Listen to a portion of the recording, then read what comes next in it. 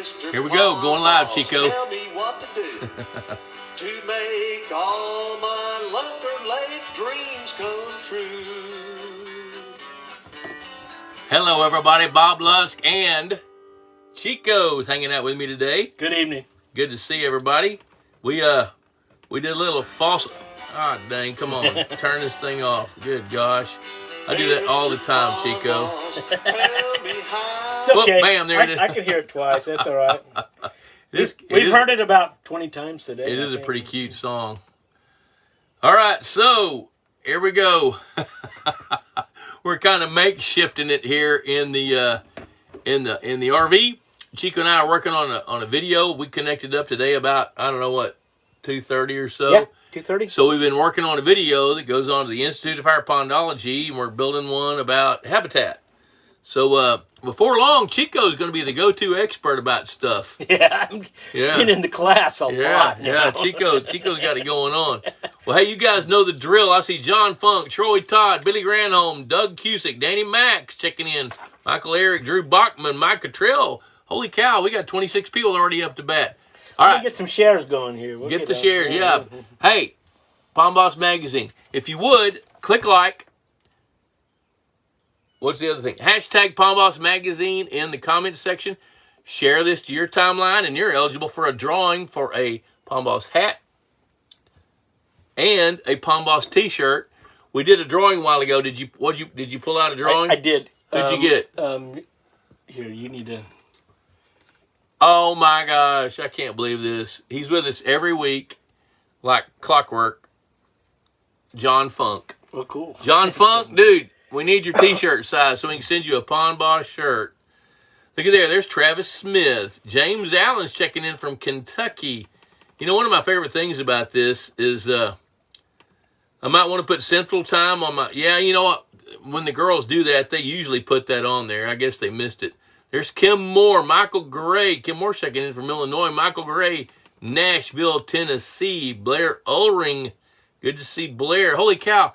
One of my favorite things about this show is people from all over the nation. You know, people from California to Florida to upstate New York, New Jersey, Colorado, Illinois. A lot of people from Illinois, some from Indiana, Missouri.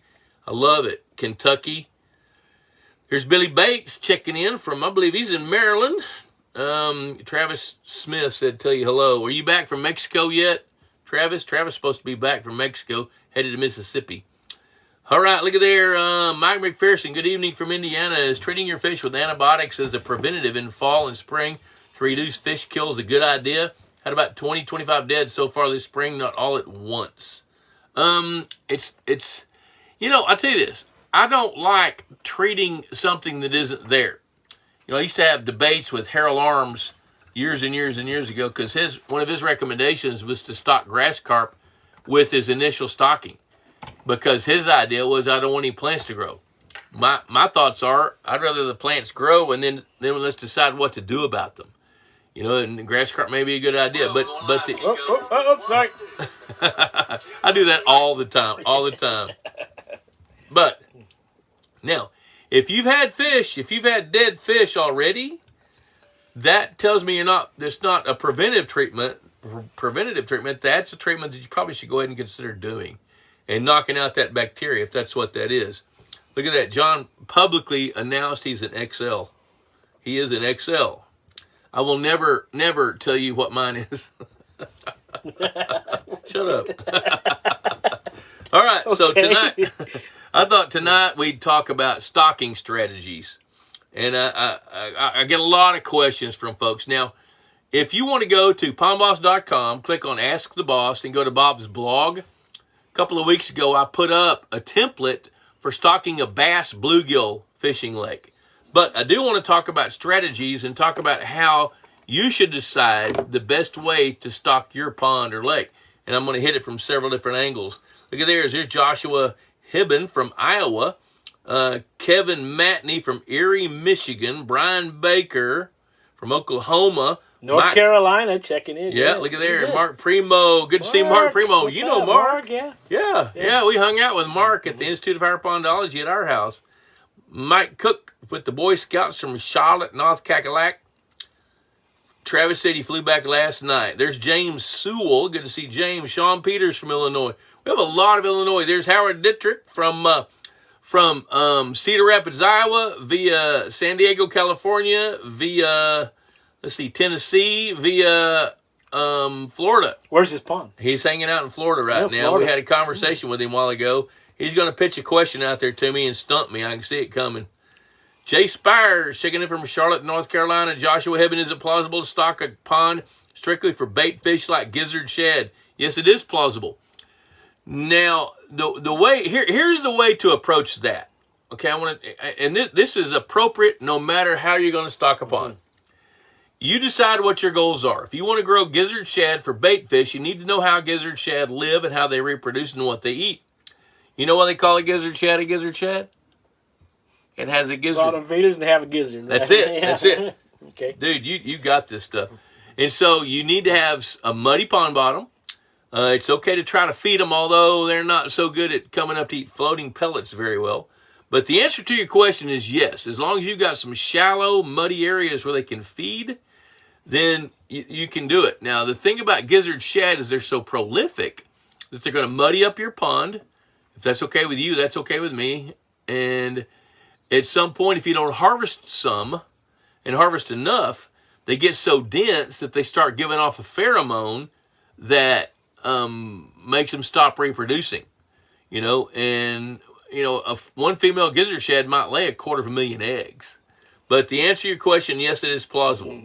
Mark Primo, I'm in a little over 1 acre excavated with 4 more acres to go. You just need to sell some dirt. I know what you're doing. You got your track hoe going on out there, which we'll let you tell that story. Travis says, cutting those timers up on those Texas Hunter feeders and filling them up with that Aquamax MVP. Travis is a big fan of Purina Mills Aquamax MVP, as I am. So, there you go. Billy Bates, I'm treating mine with antibiotics now for fin rot, and they turn up their nose at the non-hydrated pellets that aren't treated. That's a good point. That's a good point. So, basically what Billy said is he medicates the feed, and then he sticks the feed in water for a little bit so it can absorb some water and get softer, and then feeds it to the fish. That's a good tactic. Now, the thing you got to be careful about is do it in a minimal amount of water so they absorb the water, so the water doesn't dilute the medication, the antibiotic that's in the feed. Makes sense. So because you get a lot of that as you have volume. Yes. Yeah. So if you put too much, if you put too much water to hydrate that feed, then it can dilute your medication. Steve Lewis checking in from Hot Springs, Arkansas. Steve Lewis is a retired fisheries biologist with the state of Arkansas, and most of his adult life has been focused on growing Florida strains, largemouth bass fingerlings, and he is a professional at that. Wesley Ellis from Georgia. Howard Dittrich, greetings from North Florida. Bob, tell us about how silly it is for a community to have a sign at their pond requiring you return all fish 15 inches and less for 20 years. Well, that's what happens when you get refrigerator manufacturers making fishing rules. Freezer guys. The freezer guys don't understand the concept of harvest. That's funny. When that's an inside joke, but it's funny on the outside. Yeah, it is. So the moral of that story is every pond is like a garden. At some point, you got to harvest the bounty. And typically what happens with the bass bluegill pond, especially when you start getting, it doesn't matter where you are. It can be upstate New York. It can be South Texas. Doesn't matter. At some point, the bass are going to, in a bass bluegill pond, they're going to get so dense that they start losing weight. And it's a good standard rule of thumb to be harvesting bass 15 inches and smaller. That's a good, now after the 3rd year, that's a big deal. You need to let that newly stocked pond mature for at least 3 years, because the mission there is to start culling the babies from the fish that you stocked originally. That's the way to do that. And what's a good indicator? How do you know when you're getting that right? How do you get that right? That's a great question. Yeah. Look at your fish, right? I mean, yep. Weigh them and measure them. The males. Do both. So weigh and measure your fish and compare them to the standard weights. For example, a 10-inch bass should weigh 10 ounces. If you got a Big Chief tablet and a number 2 pencil, write this down. A 10-inch bass, 10 ounces. 12-inch bass should weigh 12 ounces. 14-inch bass, 1 pound, 7 ounces. 16-inch bass, 2 1/4. And 18 is 3 1/4. Compare your fish's weights to that standard. And what you'll see is early on, they're going to be gaining weight. But at some point, they level off, and there'll be certain size ranges of fish that will begin to lose weight. So a 14-inch bass had to weigh 1 pound, 7 ounces to get to 14 inches. Okay, so if you got a 14-inch bass that weighs 14 ounces, it's lost weight. So when you start to see them level their growth rates off and begin to decline, that's the sign that it's time to start culling some fish. Before it gets to the other side. Yes. Yes. Hey, there's R.E. Thompson checking in from Mississippi. He's always on Wednesdays. He's at Recovery Group. He is the most active octogenarian that I've ever met, and I've never met him, but I will. Hey. I mean, he goes on motorcycle rides. Wait, he's 80 and he's going to... No, he runs it. He's helping people. I was going to say. He's not attending. Dude, quit the group. Stop it. Yeah, and he manages ponds. He grows big fish. He fishes all the time. His wife still loves him. He rides a motorcycle. There's hope. Yes, and he loves God. Yeah. And he does God's work all the time. Yeah. So God ain't done with him yet. Kendall Brown, look out, buddy. Dave Sefton, pond builder there from Brownstown, Illinois. Here's Dustin from Pristine Ponds. Spread the word. Attaboy, good deal. Tony Edwards from Eclectic, Alabama. That's a cool name. I've never...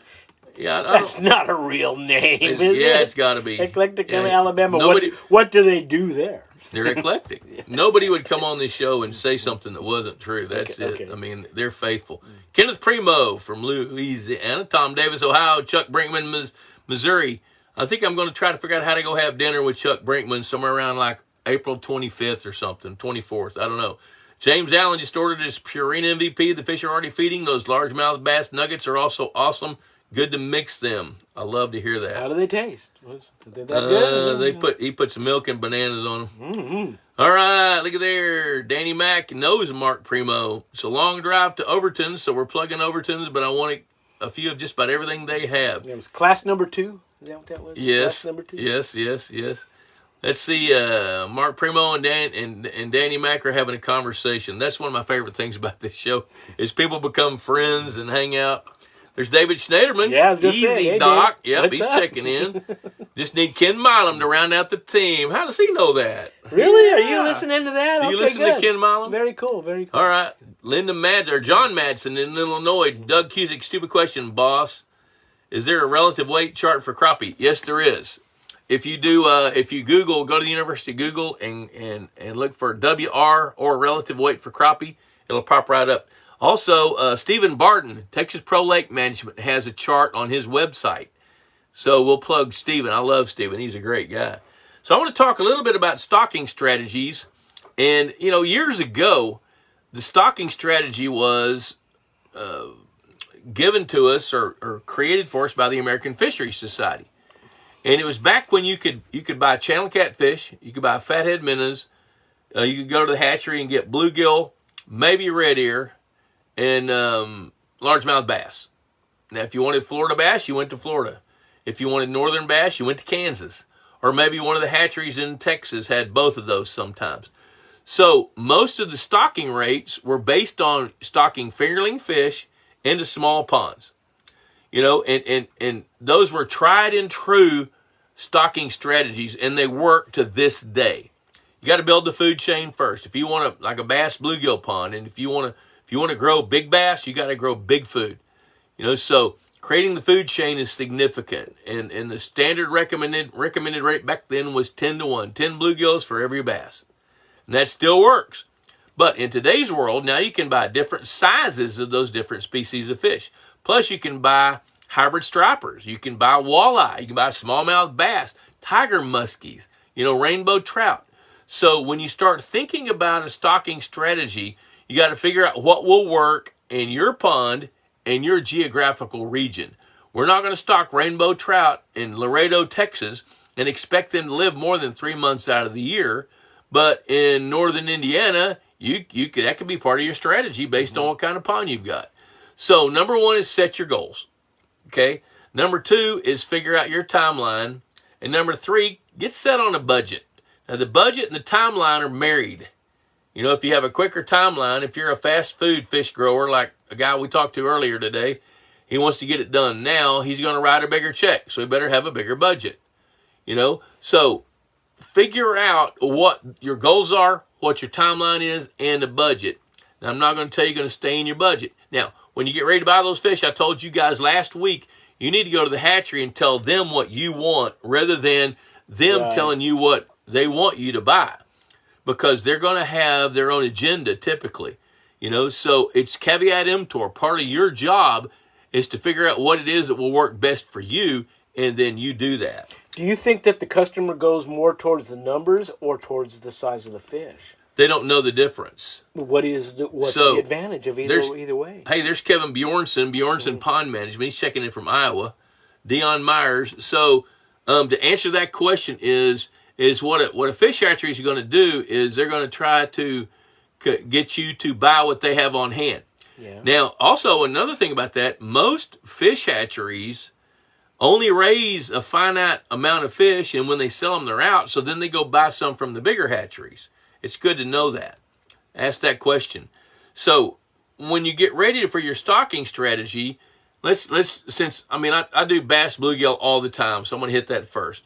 Let's say I talked to a guy 30 minutes ago. Yeah.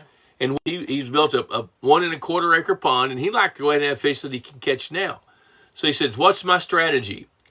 And he was recommended by Overton's to stock about 50 pounds of golden shiners, and to stock 2,000 bluegills, and on the bluegills 1,000 smalls and 1,000 mediums. Then come back in with 50 feed train northern largemouth bass that weigh 1 pound to 1.25 pounds.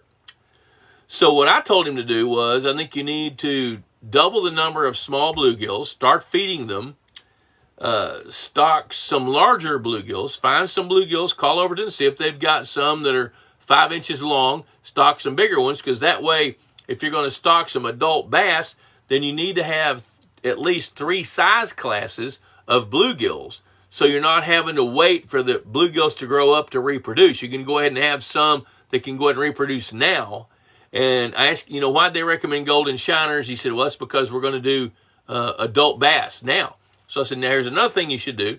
Go ahead and add a couple of 100 F1 tiger bass, because now you're going to enhance the genetics. The northern strain fish, they might eat some of them, but if 40 of them live out of 200, that's a 20% survival rate, and now you've recruited young fish, the bass. And go ahead and add some fathead minnows. I think that's a good move, just because it's a brand new pond. So diversity is real important. Diversity is a big deal. Right. It's not only diversity of species, but diversity of size classes, especially if you're wanting to start early on with adults.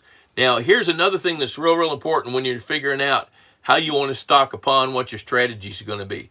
If you stock baby fish, their odds of success go up dramatically because they're going to grow up in that water. If you stock adult fish that grew up in that pond over there, and you're bringing them to put them in this pond over here, there's not a whole lot of guarantees that they're typically going to thrive. However, those feed trained bass, they do pretty good because they're feed trained. They're hearing it. They're feeling it. Yeah. It's time. Yes. Right. So when you plot out your strategy, you need to think about those different things: goals, timeline, and budget. And when you do that, then you start calling the hatcheries and see what they have, and tell them what you're interested in, what you want to do, and see how they've got it. Like if you call Kevin Bjornson, he's probably going to be able to get what you want. Now, odds of him raising it, probably not there, but he knows every hatchery in the Midwest all the way down to Arkansas, and he can get the fish that you want. And he'll help coach you through that because he's kind of sits in the middle. He's not obligated to sell whatever he's got growing out in some ponds. So that's the way I see that. I noticed in following you that the customer has the propensity to kind of jump the gun and, spend all this time building the pond, getting everything right, and then at the stocking point, making some rush decisions. And it's real critical at that point to kind of start thinking, okay, what are we doing? What are we trying to do? And then the patience. They want to catch big fish right away, and they're thinking in a year from now I'm going to have big fish. It just takes time. Yes, and see, Yeah, and here's something that's real important too. I have yet to meet somebody that built a lake that didn't go over budget. Every time. Every time. Every single time. Plan on it. So, and when I'm talking to people getting ready, you're going to go over budget. So what I've been telling people for decades is you figure out your budget and then add 25%. I'm now telling people to figure out your budget and add 40%. And it's all because you don't know what you don't know, and the dirt guy can't tell you until he starts. And the dirt guy can't tell you until he starts getting down in that dirt and digging in it and seeing what's there. I mean, Mike Otto will be the first one to tell you. I remember him telling a story about building a pond back, I think, in the 90s. And he had bid the job. And he started digging in this green belt swale that was a hayfield. He got down 12 feet with his track hoe, and he felt the bucket scrape on metal. Oh. 12 feet deep. Ooh. There was pieces of a Model T buried under the ground. Okay. Ooh, okay. and he had to dig all that out. But he got a Model T out of it. Yes. Christopher Aguilar, Daddy's here, the Boudin man. All right, let's see here what Dustin says with pristine ponds. He says, Bob, the amount of fish that can be stocked in a 1 acre pond varies based on aeration. This comes from companies like Airmax. Oxygen, That's because they sell aeration. Yeah. Can you talk about how increased oxygen can improve growth in fish and how it can allow for bigger stocking populations? Ooh, hold on here. But does it make your lake bigger? No. See, it just allows you to use the vertical column. Right. Lowell Bennett, can I go to the website? No, you have to, if you'll send an email to info@pondboss.com, Leanne will look up your subscription and see if it's expired. If you're not getting it, you might have to renew. Well, or the post office isn't doing their job, which happens a lot. Now. No, not only slow, incompetent. Yeah, it could be. Okay, so also how aeration can get rid of organics building up on the bottom from feeding and sedimentation. Okay, here's the way that works. Here's where Dustin is going on that. What aeration does is it moves water vertically. I looked at the lake this morning over northeast of Houston, near Cleveland, 25-acre lake, and the wind, it was shaped kind of like a boomerang with a leg. Okay, so it had like 3 coves, and the wind was blowing, I guess, from southwest to northeast.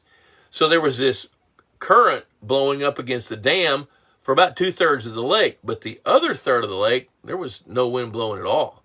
So what was going on and I was talking to the guy that owned it, I said, so what happens, do you think, when the wind blows those waves up against your dam? He said, oh, I don't know. What happens is they turn and they go under and they go back the other way. They go find the calm. Yeah, so you have horizontal movement of water with wind and wave action. Mm-hmm. What aeration systems do, especially bottom diffused aeration systems, is take the water that's on the bottom and push it up. Now, those aeration systems are not designed to add oxygen to the water.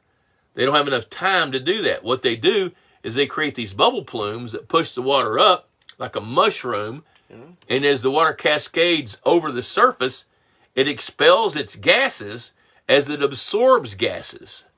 So whatever metabolism is going on under that water, decomposition, breaking down of organic matter like Dustin is talking about, organics and sedimentation and, byproducts of feeding, that stuff gets circulated through the water so the water can process it.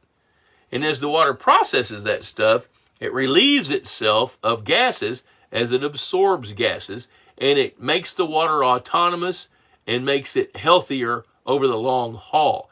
Now, because of that, a pond or lake can support more fish. That doesn't mean you need to stock more, because if nature's doing what nature does, these fish are going to reproduce and they're going to provide, what that pond can support. And you guys that have watched this show for 3 or 4 years know my term is happy water. Yeah. If you don't have happy water, nothing else matters. But if you got happy water, then things are going to click a lot better because that's the medium that they live in. John C. Dyer. You know what? Stephen Barton is one of my favorite biologists. One of the things about our business is there's a lot of guys out there There's some guys, and we all earn our reputation. And Stephen Barden is stellar. He really, really is. He's earnest. I tell you what, I'm gonna say this and leave it there. He's a superstar. I love that guy. Texas Pro Lake Management. Wow. All right, look here, Jason Foley. I see Mark Dauber checking in from Montgomery, Alabama. He said, love the show, just can't get enough bandwidth here in the country to keep up. I know the feeling of that. That's been happening to us, happened to us twice. So Elon will save us all. Yeah, Elon. Yeah, maybe. He says, Elon says he's sending my Starlink soon.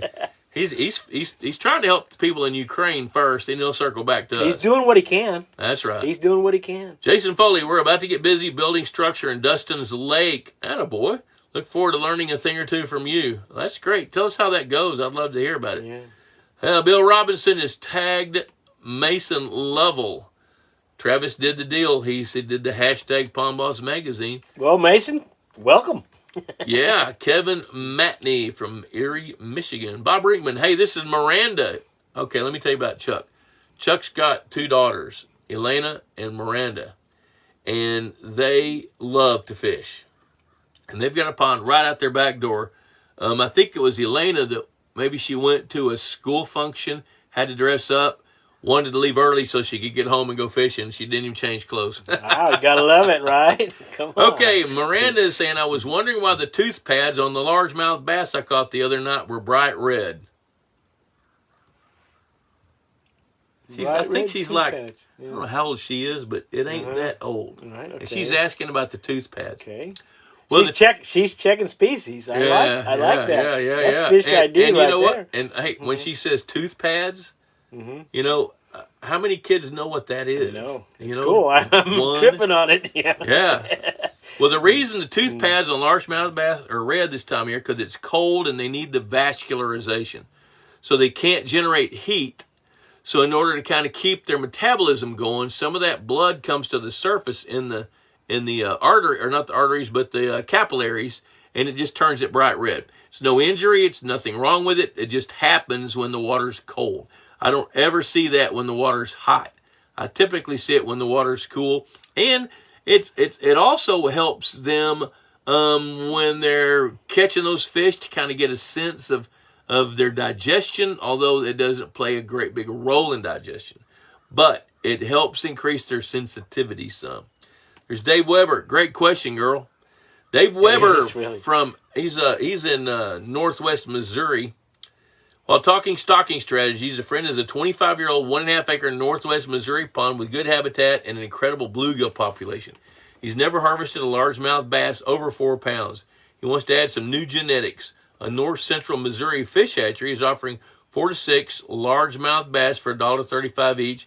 The said hatchery claims he has some same age largemouth bass that are 8 inches long and aggressive cannibals for $3 each. Is this a gimmick, or should he spend the extra dollars and buy the cannibals? Slow your roll, right? Yeah. Slow your roll. Yeah. Well, now, here's the thing. Bass that are 8 inches, here's where I'm going to go with this, is bass that were hatched last year at that fish hatchery, stocked at normal stocking rates, would go into the fall at 8 to 11 inches. At the hatchery, they have to pretty much keep them crowded so they don't overeat each other and cannibalize that heavy. Okay. So these 8-inch bass that are the 3 inches are the same age as the 4 to 6 inch bass. But they're also probably just a little bit undersized for their age class by necessity. Because of numbers. At the fish hatchery, yes. Because they've got thousands of them instead of tens of them, like you would have, Dave, in your pond. So, to give you a answer, odds are that those 8-inch long aggressive cannibals probably are. They probably are. But had they been stocked at 50 per acre or 100 per acre, they'd be 9, 10, 11 inches long by now. However, I love the internet here. It's all right. It's kind of keeping some continuity. I think it hasn't tossed us completely off. Yeah, we haven't been kicked off yet. Yeah, so friends, stick with us. I think, Dave, for that circumstance, it would be okay to add some of those. Because, I mean, $3 a piece, if you spend, you know, $30 for 100 of them,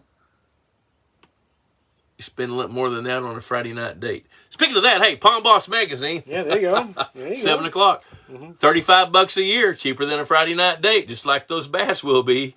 You know, but it lasts a year where that date doesn't, Chico. You Yep. know how that works. And recipes. Come on. We do have some pretty good recipes. Great from time to time. recipes, man. Also, hey, We try 'em. our resource guide is out. So these are free. Happy to send you one, especially if you subscribe to the magazine. And I tell you what, if you subscribe to the magazine in the next 24 hours, I'll throw in an extra copy. And remind me to tell Leanne. Hell, I'll tell Leanne. Yeah, I won't forget that. I'll remind you. You don't have to remind me. I'll remind you. All right. So, and I also want to take a minute to thank Purina Mills for being a longtime sponsor. You know, I've had a relationship with those guys since 1995, and I appreciate what they do. They create great products, and they're conscientious about their research and development. And can't say enough good things about those guys. Texas Hunter Feeders. Haven't seen Chris Blood yet, but I'm sure he's going to check in here in just a little bit. Texas Hunter Feeders, Texas Hunter Products. They've got new fish attraction devices coming out. You need to check those out and see. They sent me a price list, but I haven't studied it much yet. They're a little pricey, but they're totally different than all the other products on the market. I mean, they've got lily pads. They've got stuff that looks like eelgrass. They got some pretty good artificial structure that can play a role. So check that out. Now, one thing I love about one of the main things I love about Texas Hunter, other than their great products, is their customer service. I had a customer of mine call me and tell me that he thought his timer was out. So I said, dude, call Chris or Cody or one of the guys at Texas Hunter, and they'll troubleshoot it for you. Just like that. And so he called them, and they sent him another timer, and they didn't charge him for it, which that kind of blew me away. But that's how they do things. Also, Easy Docks of Texas. If you're looking for a dock that's and I love the word easy docks, because it is.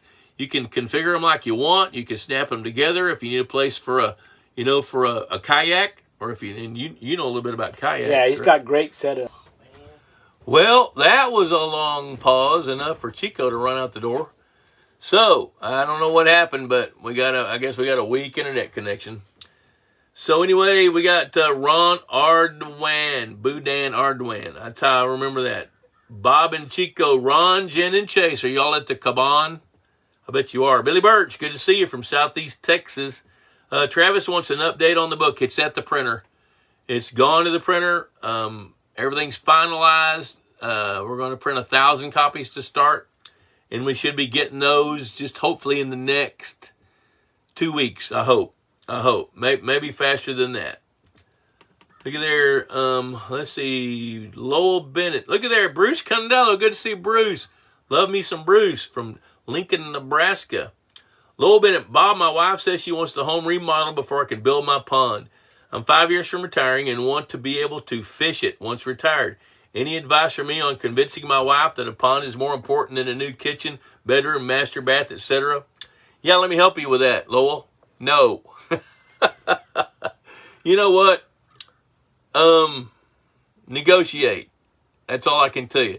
I can't give you any advice other than love your wife and do what she wants. Say yes, dear, and I love you. And then you're going to get a pond. But I really want to dwell on this.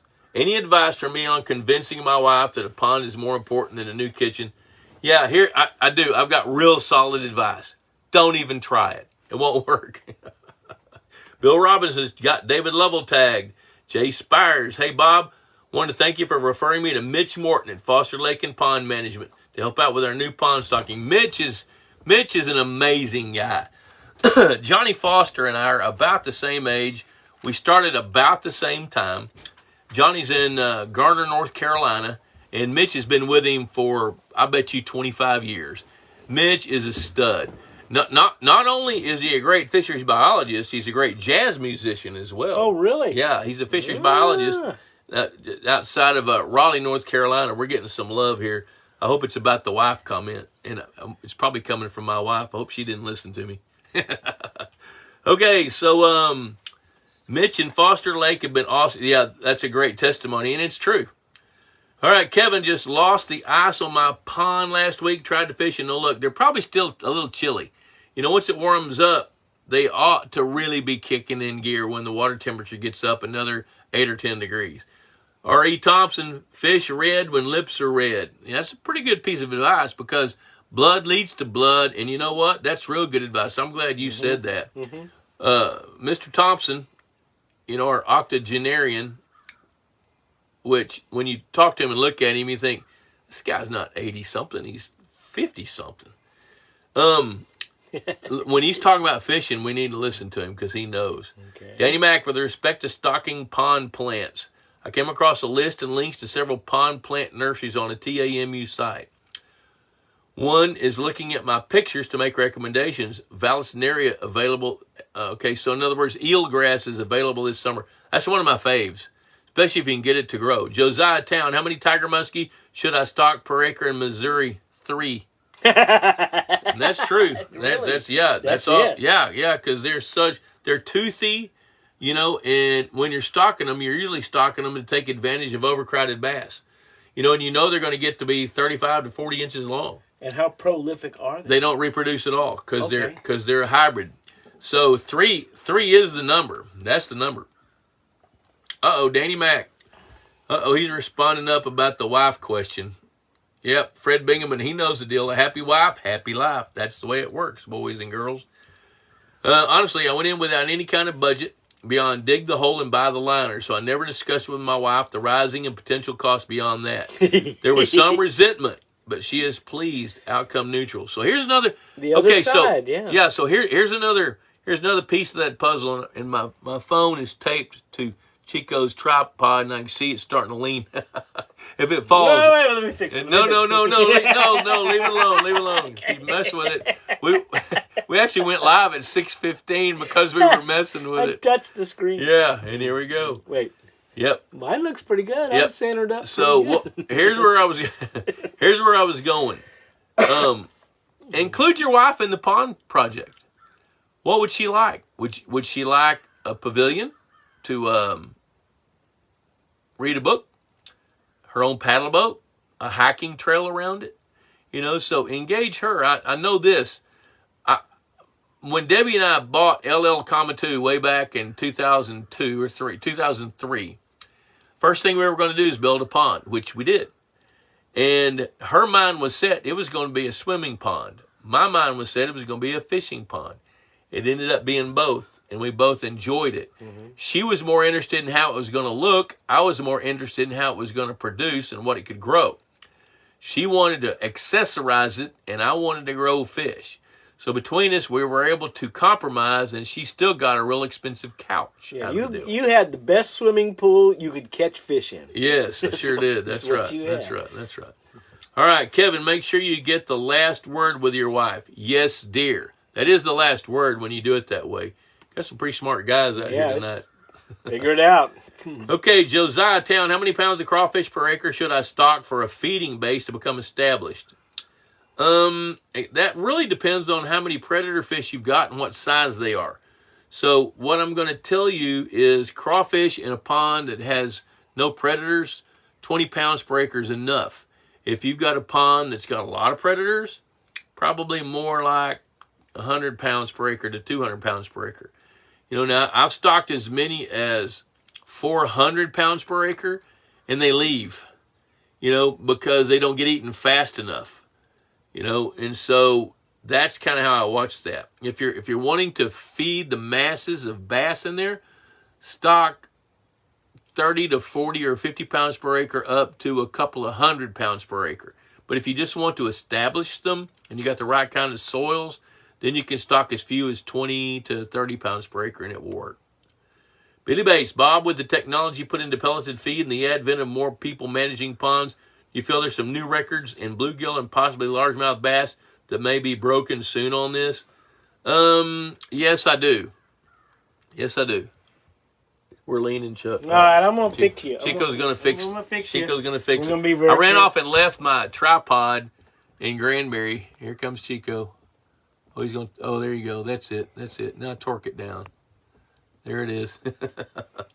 Do I feel some new records? Yeah. If you don't follow Sarah Parvin, her sole mission in life is to break the state record, Alabama state record for bluegills, and she's got some with her dad. She and her dad are conspiring on this and doing a great job. And they'll, if anybody's going to have a shot at it soon, they will. So let me back up here. So do I think some records? I'll tell you this. When you start looking at state records, there's all kinds of classes. I know this. I know this. I'm convinced of this.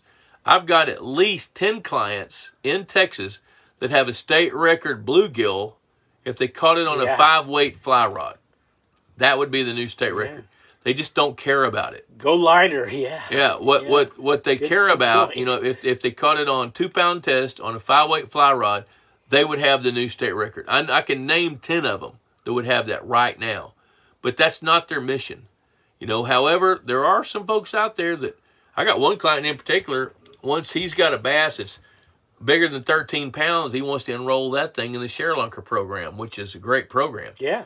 So some folks are trying to grow state record fish. If you want people jumping over your fence, I guess, right? Yeah. There's one guy watching this show right now that I'm not going to name that already has, I bet you he's got, just in one species, he's probably got 5 state records of bass.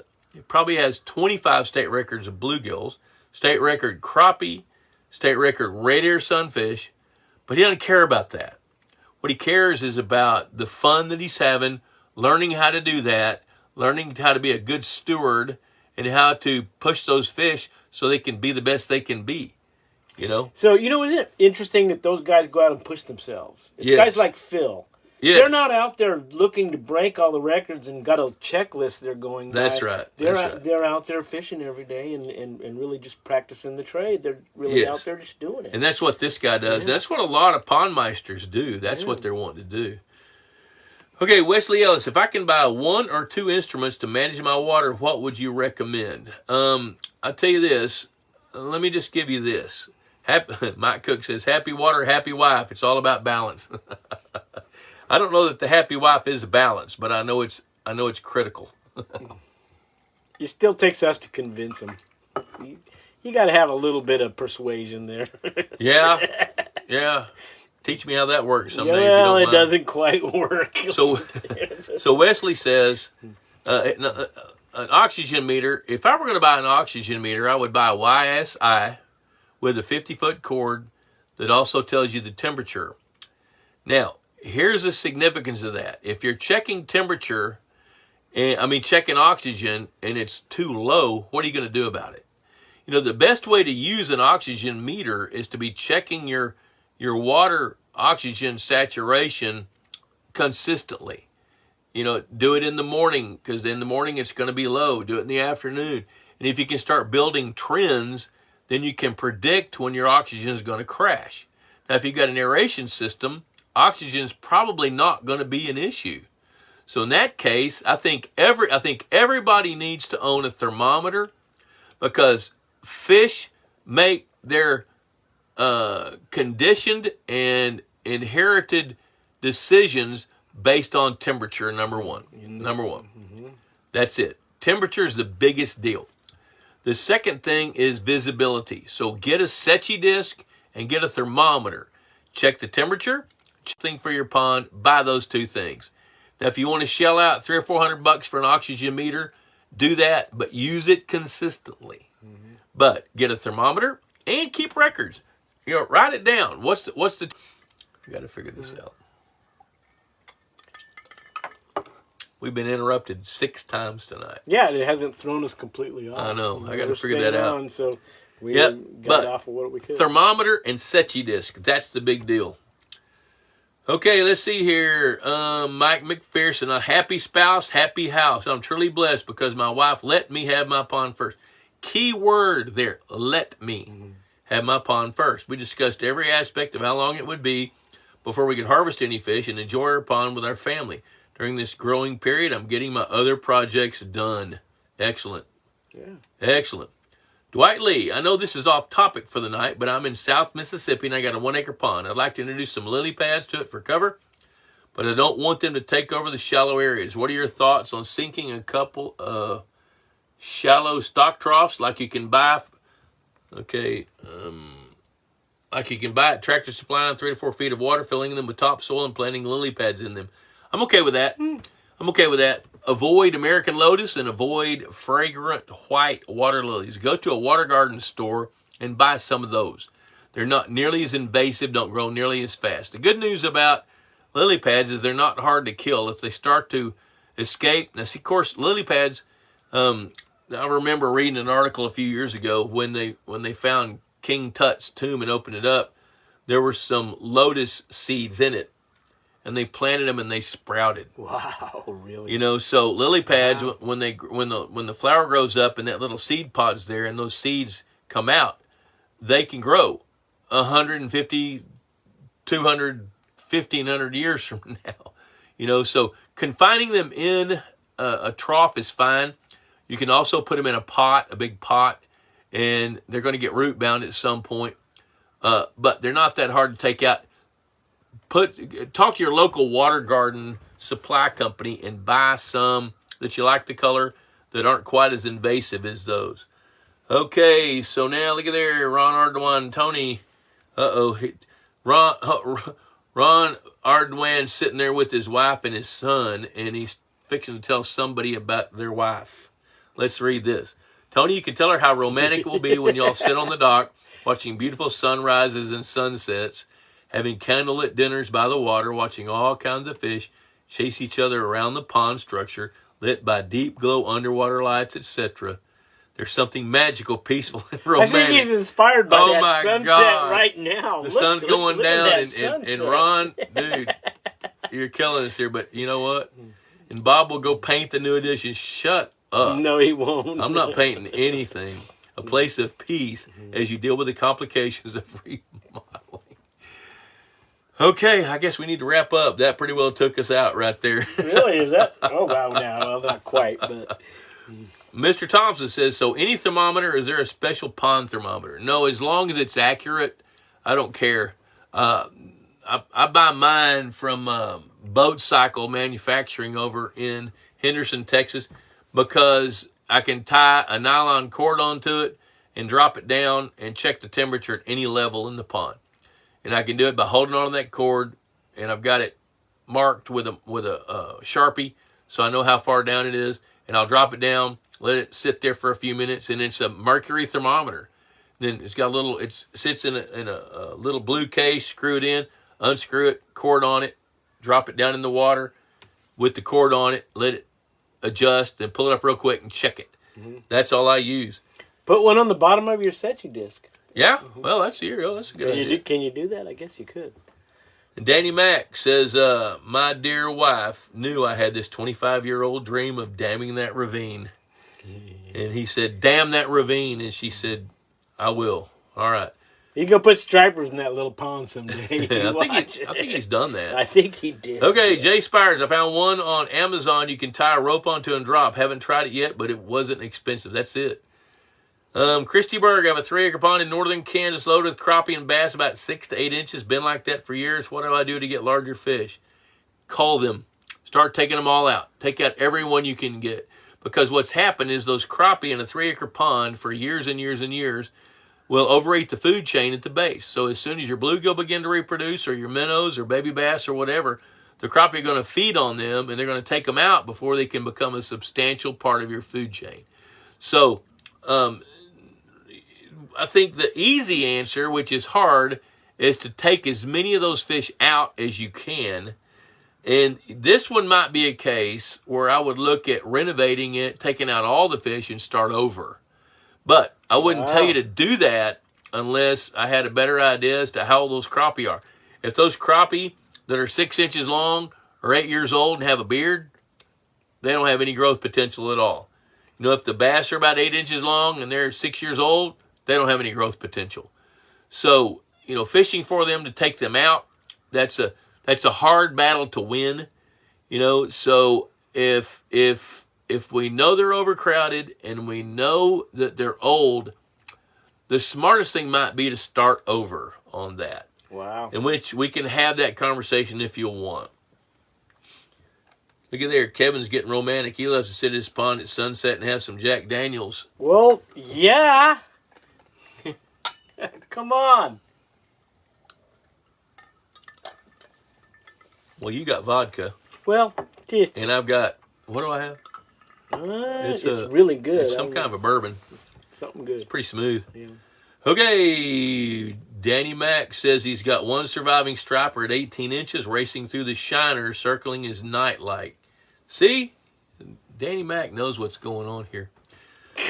All right. That's crazy, dude. I'm gonna kind of start winding this down here since we've all followed Ron's recommendation and we're getting all romantic and there's a pond right down there and I guess my wife's not here. Chico's moving away. I don't blame him. That's not funny. Yeah, it's not funny at all. So on stocking strategies, here's the take-home points. Is there's a lot of ways to stock a pond. I haven't even talked about existing populations of fish. Let's just take Christy's pond. Questions are great. Okay, Christy, here's another tack. You can use a stocking strategy. If your bass are loaded with crappie and bass that are 6 inches long, 6 to 8 inches long, one thing you can do to, which I would probably tell you to renovate, but if you wanted to unpickle the pickle and try to grow some bigger fish, would be to get in touch with your fish hatchery, like talk to Bus's sons, Billy and Philip, and I can't remember the other one's name, down there at Kingman, Kansas, and see if they can get their hands on some bass that are already 1.5 pounds or 2 pounds. If they can get some fish, look at that. Trey Carpenter's watching this show, and he just texted us a picture of a sunset. Here you go. Yeah, you gotta love Trey Carpenter, man. That guy's cool. Pretty cool. He is. He's one of the few people I'm jealous of because he gets to fish all day long with his management strategy people. So, one thing you can do if you got a lot of 6 to 8 inch fish is to buy some predator fish that are big enough to eat them. Now, it'll take a long time to fix it. When I say a long time, it might take 2 years, 3 years to unpickle the pickle. But if you stock some bass of a known age, young, that are 1.5 pounds to 2 pounds, this is a good spot to put in about 10 tiger muskies. Then they can go in and clean up those overcrowded bass and crappie and start to turn that pond right side up. So that when we start talking about stocking strategies, it's smart to talk about what to do with an existing fishery, how you can stock it. So Christy, one option you've got is to go get some bigger predator fish. But when you do that, I'd also get some 6 to 8 inch bluegills because they're going to be the backbone of the food chain in Kansas. Now in Kansas, they can spawn 3 times a year, especially if you feed them just a little bit in northern Kansas. So there's your options, and there's all kinds of stocking strategies of things that you can do. But isn't it individual? It really is kind of dependent on the situation. Most of the time. Yes. You really got to have somebody that you can discuss it with. Yeah. Used to, it wasn't like that. Used to when you stock a pond, you did it right. You stocked the fingerlings. They grew up. They matured. You had a great fishing pond for about 5 years. Right. It went like this, and it leveled off, and then all of a sudden, it goes downhill. The recommendation was to go in, buy some rotenone at the feed store, kill the fish, stock it again, and start over. Now you can turn around and correctively stock if that's part of your strategy, part of your thinking. How long can a tiger muskie survive in a southern pond? About 30 minutes. Daniel, it's okay to laugh at that one. Yeah. Tiger muskies don't like hot water. They just can't do well. The farthest south I've seen tiger muskies was north of Springfield, Missouri, so far, and that was in a deep water reclaimed coal mine pit. And that's as far south as I've ever seen tiger muskies. What about using walleyes? Yeah, you can use walleyes if you can buy some that are big enough. That's the problem with walleyes. Most fish hatcheries stock them in the spring as fry, wish them luck in a fertile pond, and harvest them in the fall and sell all of them. And there's a huge demand. If you can get walleyes that are big enough to eat those stunted fish, overcrowded fish, heck yeah, I would do it. If you could buy big smallmouth, do it. How far south does that negate? Well, walleyes can make it all the way down into south central Texas, middle of Mississippi, New Mexico. Oh, really? The Good. problem Okay. with walleyes is they don't reproduce, which that's not a bad thing. That's really a pretty good thing. Kevin says he gets them from Lake Erie. I don't know how well a walleye from Lake Erie would do in a 3-acre pond in Kansas. I think it would be looking at that place like, how in the heck did I get here and how can I get out? Yeah, it's too hot there. Yeah. Yes. Well, not only that, it's habitat. That walleye grew up in Lake Erie, and when you haul it to Kansas, and it sees a tornado, it has no idea what to do about it. Tom Stinson, Michigan, yeah. Custom Lures. When calculating pounds of fish to cull, do you figure pounds per acre for the entire lake or just the productive shallow areas? I typically do that for the whole lake, but I base it on relative weights. Tom, I like to weigh and measure the fish and then judge their weights, their body condition, and as their body condition begins to deteriorate, they come out. Let's say you catch 30 bass, for example, and 28 of them are skinny. Those 28 come out. A month later, you catch 30 bass, 25 of them are skinny. Those come out. The other 5 go back. At some point, you're going to catch 30 bass, and 2 of them are going to be skinny, and the rest of them are going to be chunky. You're going to know when you find the chunks. Yes.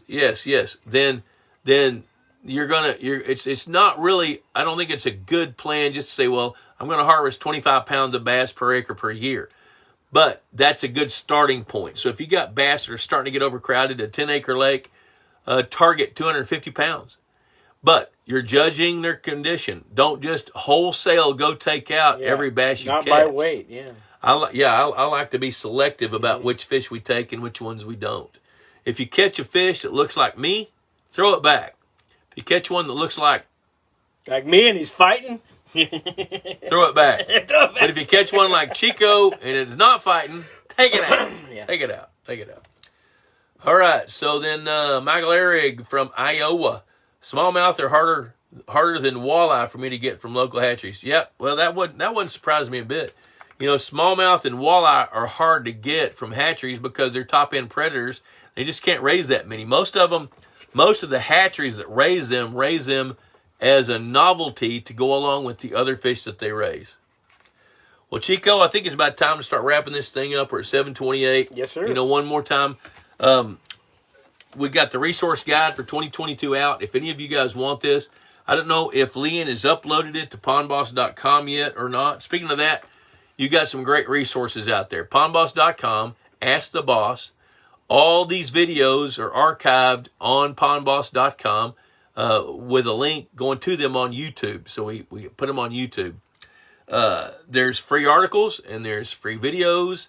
And the Ask the Boss forum is free. I've been spending more time on that forum than I have in a long time. And so if you got questions there, come there. You also have this Facebook page, and you can even call us. Call us at the office, 903-564-6144. Or send an email, info@pondboss.com. We'll help you the best we can. Pond Boss Magazine, if you have not subscribed to Pond Boss, please do that. $35 a year, cheaper than a Friday night date. And it lasts a year. And I promise you, you're going to get some nuggets out of each issue. So, Chico, thanks for hanging out. Been a good one. Much obliged, buddy. Thank you. And so, everybody's telling us goodbye. And we do appreciate you guys watching, all of y'all. Tell your friends. And, spread the word. And we'll do everything we can to help. So, until next Wednesday, I'm going to say adios. Chico, you want to push that finish button right there? I will. And we will call it a day. Bam. Adios. Maybe. Hit it. One more time. Push it in as hard as I can push it. Pull it off and hand it over.